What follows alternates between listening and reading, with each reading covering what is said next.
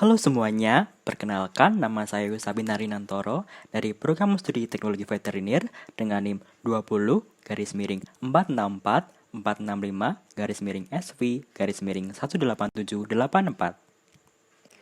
Nah, di sini saya akan menjelaskan mengenai pengukuran kadar abu dan bahan organik pada tanaman jagung dalam bentuk konsentrat. Yang pertama, yaitu prinsipnya. Suatu bahan pakan bila dibakar pada suhu 550-600 derajat Celcius dalam beberapa waktu, maka semua zat organiknya akan terbakar sempurna menghasilkan oksida yang menguap, yaitu berupa CO2, H2O, dan gas-gas lain. Sedang yang tertinggal tidak menguap adalah oksida mineral atau yang sering disebut dengan abu. Selanjutnya, yang kedua, yaitu ada metode pengujian. Silika disk dan sampel yang telah dilakukan pengujian kadar air dan bahan kering Y dapat dimasukkan ke dalam tanur yang masih dalam keadaan mati.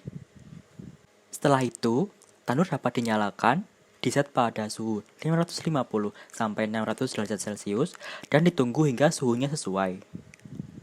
Selanjutnya, dalam pembakaran dengan tanur dilakukan pada suhu 550-600 derajat Celcius selama 6-8 jam. Setelah 6-8 jam pembakaran, tanur dapat dimatikan dan ditunggu hingga suhunya turun terlebih dahulu sebelum dibuka. Kemudian, desikator dan tang penjepit dapat disiapkan, lalu tanur dibuka, dan silika disk dan sampel diambil dengan menggunakan tang penjepit. Setelah itu, silika disk dan sampel diambil dari tanur dan dimasukkan ke dalam desikator. Selanjutnya, timbangan dapat dinyalakan, lalu silika disk dan sampel setelah pembakaran set ditimbang dan dicatat hasil penimbangannya sesuai nomor sampel.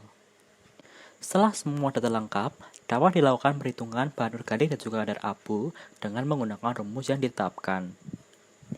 Kemudian, untuk hasil perhitungan, diketahui X1 sama dengan 21,412 gram, X2 20,223 gram, dan X rata-rata sama dengan 20,8175 gram. Lalu, untuk Y1 sama dengan 1,807 gram, Y2 1,785 gram, dan Y rata-rata sama dengan 1,796 gram. Kemudian untuk Z1 sama dengan 21,439 gram, Z2 20,326 gram, dan Z rata-rata sama dengan 20,8825 gram. Dan yang ditanya adalah bahan organik dan juga kadar abunya dalam bentuk persen. Lalu dijawab rumus bahan organik yaitu buka kurung X plus Y tutup kurung dikurangi Z per Y dikali 100%. Setelah itu, angka-angka yang tadi dimasukkan ke dalam rumus dan menghasilkan 1,71 per 1,796 dikali 100% menghasilkan bahan organiknya adalah sebesar 96,38%. Kemudian, untuk kadar abunya adalah menggunakan rumus 100% dikurangi bahan organik dalam bentuk persen. Sehingga 100% dikurangi 96,38% menjadi hasilnya 3,62% untuk kadar abunya. Dari perhitungan yang sudah dilakukan, untuk hasil pengukuran dari bahan organik konsentrat jagung adalah sebesar 96,38% dan hasil dari kadar abunya sebesar 3,62%.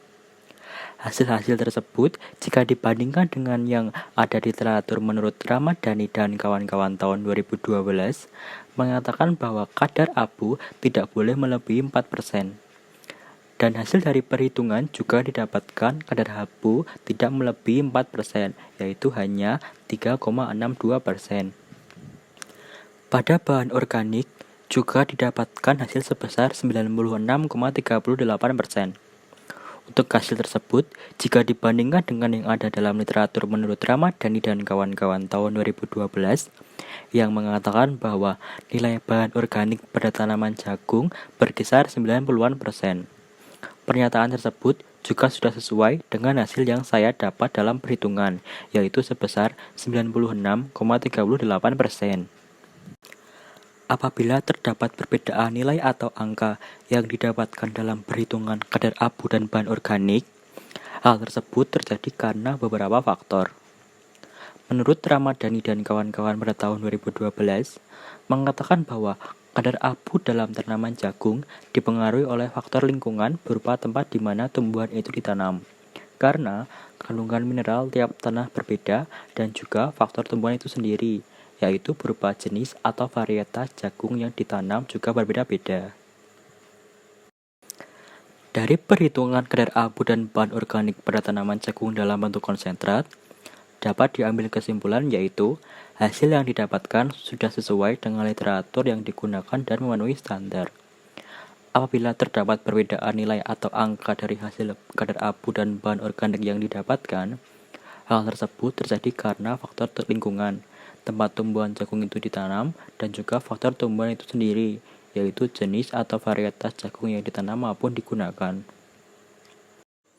Itu saja yang dapat saya sampaikan. Ada kurangnya mohon maaf. Terima kasih dan sampai jumpa.